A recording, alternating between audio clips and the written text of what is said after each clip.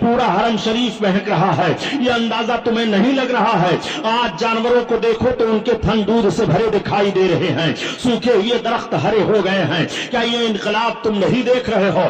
اس نے کہا سنو، جو میں دیکھ کر کے آ رہا ہوں اگر بتاؤں گا تو تعجب کرو گے. کہا تم کیا دیکھ کر کے آ رہے ہو؟ کہا ابھی خانے کعبہ کا طواف کر کے میں آ رہا ہوں. میں نے خانے کعبہ کا طواف کر کے جب مکمل کیا اور چلنے کا ارادہ کیا تو دیکھا کہ سردار قریش عبد المطلب اپنی گود میں ایک بڑا حسین و جمیل بچہ لے کر کے کعبہ کی طرف آ رہے ہیں. اتنا خوبصورت بچہ میری نگاہ نے نہیں دیکھا. میرا اندازہ ہے کہ مکہ میں کسی قبیلہ میں کسی خاتون نے اتنا خوبصورت بچہ جنا نہیں، کسی خاندان میں اتنا عظیم الشان بچہ پیدا نہیں ہوا. وہ اتنا خوبصورت بچہ ہے، وہ اتنا حسین و جمیل بچہ ہے کہ سردار قریش عبد المطلب جو اس بچے کو لے کر کے کعبہ کی طرف بڑھتے رہے، میں مڑ کر کے دیکھتا رہا. اور جب وہ کعبہ کے قریب پہنچے ہیں تو میری نگاہ فیصلہ نہ کر سکی کہ عبد المطلب کعبہ کی طرف بڑھے چلے جا رہے ہیں کہ کعبہ ان کی طرف جھکا چلا آ رہا ہے. ہماری نگاہ نے یہ دیکھا ہے محراب کعبہ جھک گئی ہے. اس بچہ کو لے کر کے جب سردار قریش کعبہ کے قریب پہنچے ہیں، اعلیٰ حضرت عظیم البرکت اسی طرف اشارہ فرماتے ہیں کہ جس کے سجدے کو محراب کعبہ جھکی، ان بھاووں کی لطافت پہ لاکھوں سلام، لاکھوں سلام. اللہ اللہ، آقا کریم صلی اللہ تعالیٰ علیہ وسلم کی ولادت بسعادت ہوئی ہے. میرے سرکار تشریف لائے ہیں، نبی کریم مبعوث ہوئے ہیں. ابھی نبوت رسالت کا اعلان نہیں ہوا. آپ اس بات کو ذہن و فکر میں رکھتے ہوئے چلیے گا. آقا کریم صلی اللہ تعالیٰ علیہ وسلم کو آپ کے دادا جان لے کر کے خانے کعبہ کا طواف کرا رہے ہیں. سرداران مکہ نے کہا چلو دیکھا تو جائے سردار قریش کی گود میں کتنا حسین و جمیل بچہ ہے. اب سارے سردار آگے بڑھ گئے. آپ کے دادا جان طواف کرتے ہیں اور آقا کو طواف کرا کر کے پھر دعا مانگ کر کے باہر تشریف لا رہے ہیں. تب تک سرداران مکہ پہنچ گئے. تمام سرداروں نے کہا اے سردار قریش، ہم نے سنا ہے کہ آپ کی گود میں بڑا حسین و جمیل بچہ ہے، ہم اس بچہ کی زیارت کرنا چاہ رہے ہیں. جیسے ہی آقا کریم صلی اللہ علیہ وسلم کے رخ نبوت پر سرداروں کی نگاہ پڑی، آقا کے دادا جان نے اپنی باہوں کو پھیلایا تو گویا اعلیٰ حضرت عظیم البرکت کی زبان میں وہ اس طرح بول پڑے، وہ کمال حسن حضور ہے کہ گمان نقص جہاں نہیں، اور یہی پھول خار سے دور ہے، یہی شمع ہے کہ دھواں نہیں، دھواں نہیں. وہ ہنسی کیا جو فتنے اٹھا کر چلے، اٹھا کر چلے. ہاں ہنسی تم ہو فتنے مٹا کر چلے، مٹا کر چلے. آقا کریم صلی اللہ علیہ وسلم کے حسن کو دیکھنے کے بعد سرداران مکہ نے کہا آج تک ہم لوگوں نے اتنا حسین و جمیل بچہ نہیں دیکھا. واقعی مکہ میں کسی خاندان میں کسی عورت نے اتنا خوبصورت بچہ نہیں جنا، کسی قبیلہ میں اتنا عظیم الشان بچہ نہیں آیا. یہ بہت عظیم الشان بچہ ہے، عظیم ہستی والا ہے. سارے سردار یہ کہتے ہوئے زیارت کر کے واپس چلے جا رہے ہیں. دادا جان نے آقا کو اماں کی گود میں پیش کر دیا. حضرت آمنہ خاتون سرکار کو اپنی گود میں لے رہی ہیں اور لے کر کے آقا کریم کے رخ نبوت کی زیارت فرما رہی ہیں. عورتیں اکٹھا ہو جاتی ہیں اور مبارکباد پیش کر رہی ہیں، اے آمنہ آج تک ہماری نگاہوں نے اتنا خوبصورت بچہ نہیں دیکھا، تمہیں مبارک ہو. اگر حضرت عبداللہ ہوتے تو ان کی آنکھیں ٹھنڈی ہو جاتی.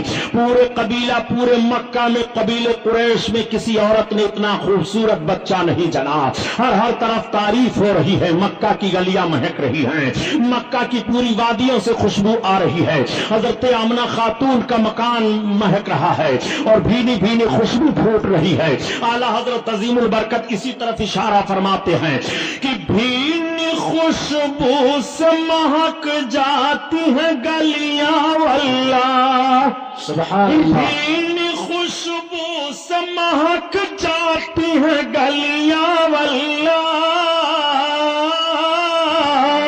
اور کیسے پھولوں میں بسائے ہیں تمہارے گیسو، تمہارے گیسو. اللہ اللہ. آقا کریم صلی اللہ علیہ وسلم کی ولادت باسعادت پر سارا مکہ مہک رہا ہے. آقا کریم صلی اللہ علیہ وسلم کی ماں ارشاد فرماتی ہیں کہ جب میرے بیٹے محمد کی ولادت کا وقت ہوا تو ایک ایسی روشنی ظاہر ہوئی کہ اس روشنی میں میں نے ایران کی چراگاہوں میں جو اونٹ چل رہے تھے اور ان کی گردنوں میں جو قلادے پڑے تھے وہ سب میں نے دیکھ لیا. نبی کونین صلی اللہ علیہ وسلم کی ماں ارشاد فرماتی ہیں ایک روایت میں ہے کہ ایسی روشنی ظاہر ہوئی کہ میں نے مشرق و مغرب کو ملاحظہ کر لیا. نبی کونین صلی اللہ علیہ وسلم کی ماں ارشاد فرماتی ہیں کہ جب میرے بیٹے محمد کی ولادت کا وقت ہوا تو کوئی غیب سے آواز دے رہا تھا اے امام الانبیاء کی ماں تمہیں مبارک ہو، یہ جو تمہاری گود میں جا رہے ہیں ان کا نام آسمان پر احمد ہے، زمین پر محمد ہے. نبی کونین صلی اللہ علیہ وسلم کی ماں ارشاد فرما رہی ہیں کہ جب میرے بیٹے محمد کی ولادت بسعادت ہوئی تو ان کی زمین پر پیشانی لگی اور ان کی ایک انگلی آسمان کی طرف اٹھی ہوئی تھی اور انہوں نے اپنی زبان سے 3 مرتبہ کہا. پہلی بار تو کہا اللہ اکبر، اور دوسری بار کہا الحمدللہ کثیرا، اور تیسری بار میرے بچے نے کہا اللہم رب حب لی امتی.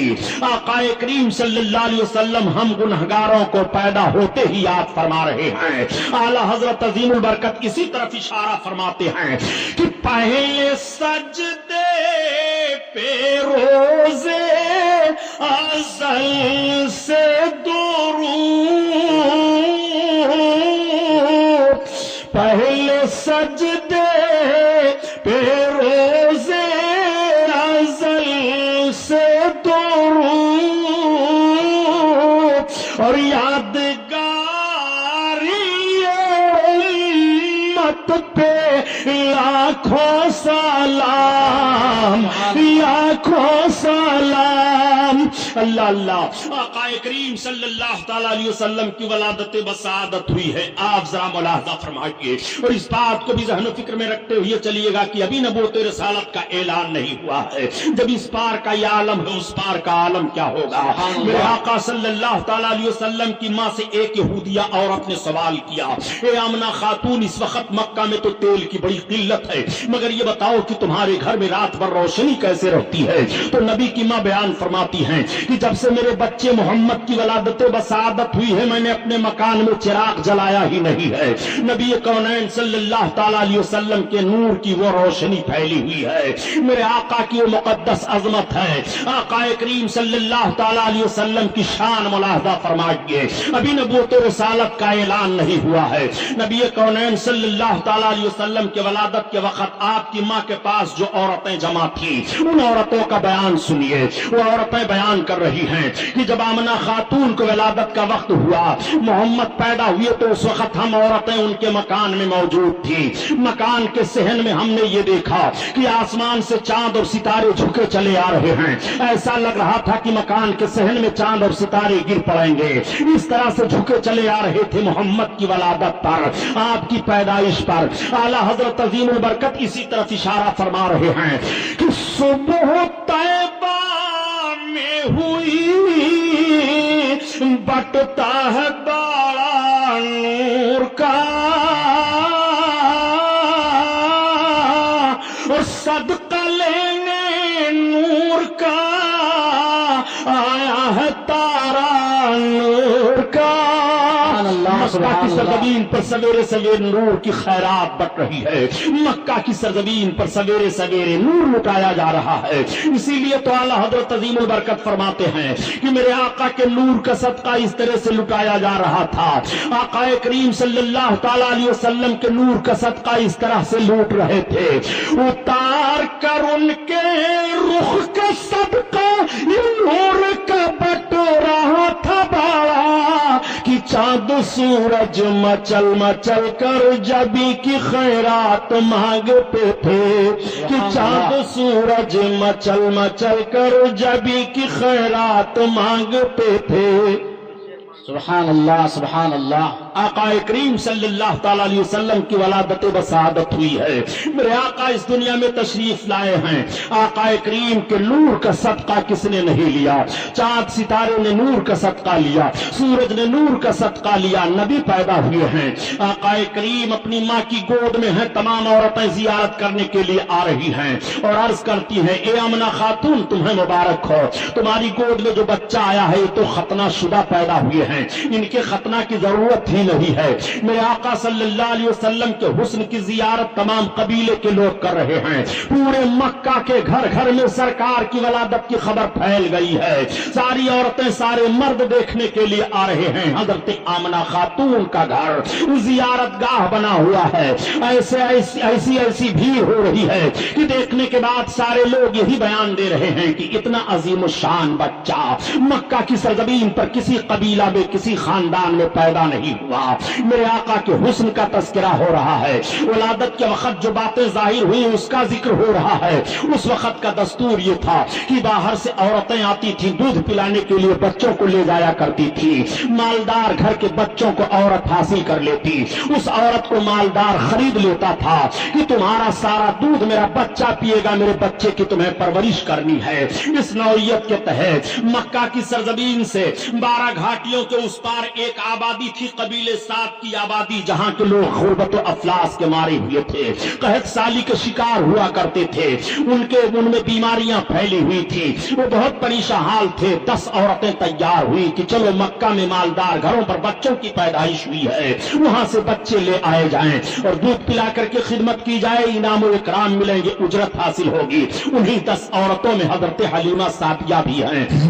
حضرت حلیمہ سعدیہ نے کہا میں جانے کی طاقت نہیں رکھ رہی ہوں. عورتوں نے کہا حلیمہ تمہیں چلنا پڑے گا. حلیمہ نے کہا دیکھو آج کئی روز کی میں بھوکی ہوں، پانی پر گزارا کر رہی ہوں، میری سواری کا جانور بھی بڑا کمزور ہو چکا ہے. عورتوں نے کہا نہیں حلیمہ تمہیں چلنا پڑے گا. حضرت حلیمہ کو بھی عورتوں نے تیار کر لیا. اب حلیمہ سواری پر سوار ہو کر کے چلی ہیں، مگر قافلہ کی عورتوں کی سواریاں طاقتور تھی، وہ آگے نکل جاتی ہیں، حلیمہ کی سواری پیچھے رہ جاتی ہے. راستے میں 7 جگہوں پر حلیمہ کی سواری کمزوری کی بنیاد پر بیٹھ جاتی ہے. تمام عورتوں تو مکہ میں پہنچ کر کے مالدار گھروں پر جا کر کے بچوں کو حاصل کر لیتی ہیں، مگر حلیمہ دیر میں پہنچی. حلیمہ جب پہنچنے کے بعد 1-2 گھروں کا جائزہ لیتی ہیں، پتہ یہ چلا کہ بچے خالی نہیں ہیں. حلیمہ پھر دوسرے گھر پر جاتی ہیں، پتہ چلا یہاں پر بھی کوئی بچہ نہیں ہے. کئی گھروں کا جائزہ لینے کے بعد حلیمہ مایوس ہو جاتی ہیں. تب تک ساتھ میں آنے والی ایک عورت مل گئی. حلیمہ سے پوچھا حلیمہ تمہیں کوئی عورت میں بچہ ملا کہ نہیں ملا؟ حلیمہ نے کہا مجھے کوئی بچہ نہیں ملا. اس عورت نے کہا حلیمہ سنو، وہ دیکھو جو سامنے حویلی دکھائی دے رہی ہے وہ سردار قریش عبد المطلب کی بڑی حویلی ہے، اس میں ایک مکان ہے، وہاں پر چلو اے حلیمہ وہاں ایک ایسا بچہ ہے جن کے ہو رہی ہے، وہ بچہ یتیم ہے. اس عورت نے تو یہی کہا مگر اسے کیا معلوم کہ وہ یتیموں کو سہارا دینے والے ہیں، وہ یتیموں کے غمخوار ہیں، وہ یتیموں کے چارہ جو ہیں. آقا کریم صلی اللہ تعالی علیہ وسلم کا پتہ وہ عورت حلیمہ کو بتا رہی ہے.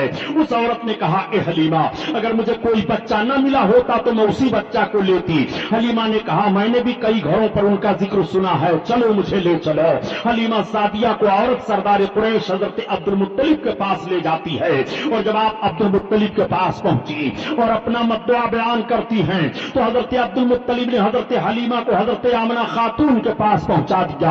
اب آپ حضرت آمنہ خاتون کے پاس پہنچ کر اپنے انداز سے سلام عرض کرتی ہیں اور عرض کرتی ہیں اے بہن آمنہ خاتون میں نے سنا ہے کہ آپ کی گود میں بڑے حسین و جمیل ہیں، آئے ہوئے ہیں، میں ان کی خدمت کے لیے تیار ہوں. میں قبیلے سات کی ایک غریب عورت ہوں، مفلس و قلاش ہوں، میں اس لیے آئی ہوں تاکہ آپ کے بچے کی خدمت کروں، ہمیں مناسب اجرت مل جائے. حضرت آمنہ آنسو ٹپکنے لگے. حضرت حلیمہ نے کہا بہن رونے کا سبب کیا ہے؟ حضرت آمنہ خاتون فرماتی ہے اے حلیمہ جس مقصد سے تم آئی ہو تمہارا مقصد نہیں حل ہو پائے گا. تم انعام و اکرام اور اجرت کی لالچ میں آئی ہو مگر تمہیں زیادہ اجرت اور زیادہ انعام نہ مل پائے گا. اس لیے اے حلیمہ ان کی پیدائش سے پہلے ان کے باپ کا انتقال ہو چکا ہے. حضرت حلیمہ نے کہا اے بہن اب ہمیں انعام اور اجرت کی لالچ نہیں رہ گئی ہے. میں نے آپ کے شہزادے کی بڑی تعریفیں سنی ہیں، میں چاہتی ہوں کہ آپ کے شہزادے مجھے مل جائیں اور میں دودھ پلا کر کے ان کی خدمت خدمت انجام دے لوں۔ میرے آقا اس وقت سو رہے تھے۔ حضرت حلیمہ سعدیہ نے عرض کیا بہن یہ تو بتاؤ کہ شہزادے گرامی وقار ہیں کہاں؟ آقا کریم کے جسم اطہر پر ایک چادر شریف ڈال دی گئی ہے۔ حضرت آمنہ خاتون نے جیسے چادر کو آپ کے جسم اطہر سے ہٹایا تو حضرت حلیمہ بیان فرماتی ہے کہ محمد سو رہے تھے، جیسے میرے آقا کے رخ انور سے چادر کا ہٹنا سبحان اللہ پر آقا کے مسکراہٹ کھیل جاتی ہے۔ سوتا ہوا بچہ مسکرانے لگے تو کتنا اچھا لگتا ہے۔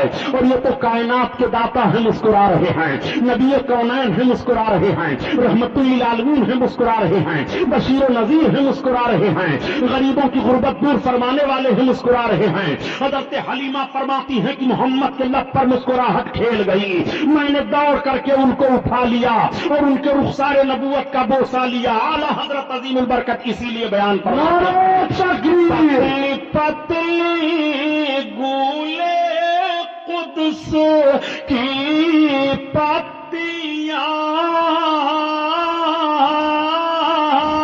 ان لبوں کی نزاکت پہ لاکھوں سلام، لاکھوں سلام۔ اللہ اللہ، آقا کریم صلی اللہ تعالیٰ علیہ وسلم کو حضرت حلیمہ سعدیہ اپنی گود میں اٹھا لیتی ہیں اور اٹھانے کے بعد چوم رہی ہیں، پیشانی اقدس کو چوم رہی ہیں اور عرض کرتی ہیں اے بہن واقعی آج تک میری نگاہ کیا تمام عورتیں بیان دے رہی ہیں کہ اتنا حسین و جمیل بچہ مکہ میں کسی خاندان میں پیدا نہیں ہوا۔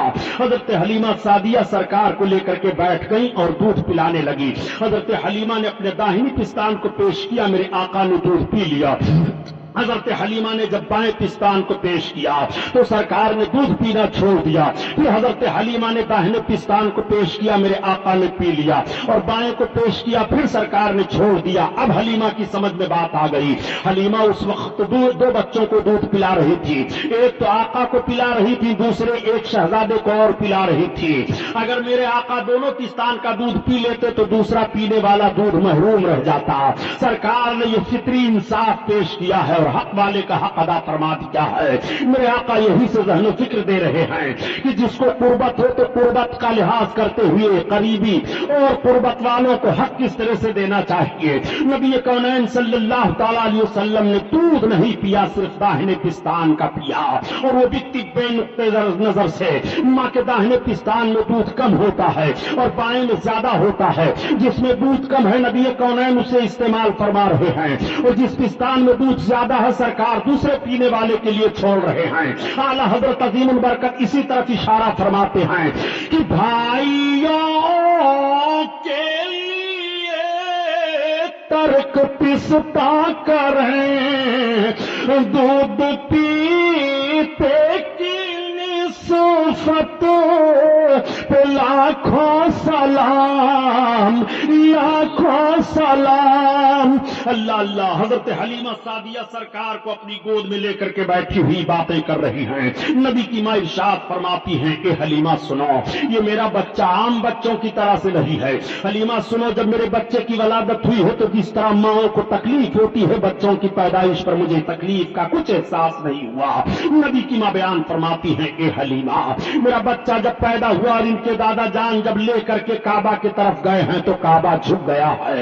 اے حلیمہ، جب میرا بچہ پیدا ہوا تو میرے مکان کے صحن میں آسمان سے چاند اور ستارے جھکے چلے آ رہے تھے۔ میرا بچہ عام بچوں کی طرح سے نہیں ہے۔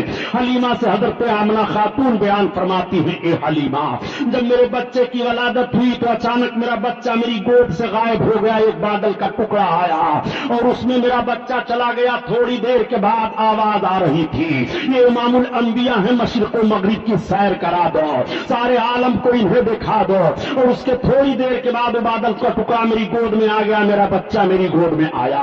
حلیمہ، میرا بچہ عام بچوں کی طرح سے نہیں ہے۔ نبی کی ماں بیان فرماتی چلی جا رہی ہیں، حلیمہ کی محبت بڑھتی چلی جا رہی ہے۔ حلیمہ نے کہا اے آمنہ خاتون، میں نے مان لیا کہ آپ کا بچہ عام بچوں کی طرح سے نہیں ہے، یہ بچہ کوئی عظیم انسان ہے۔ اے آمنہ، اب ہمارے ساتھ کی عورتیں جانے کی تیاری کر رہی ہیں، ہمیں بھی اجازت دو۔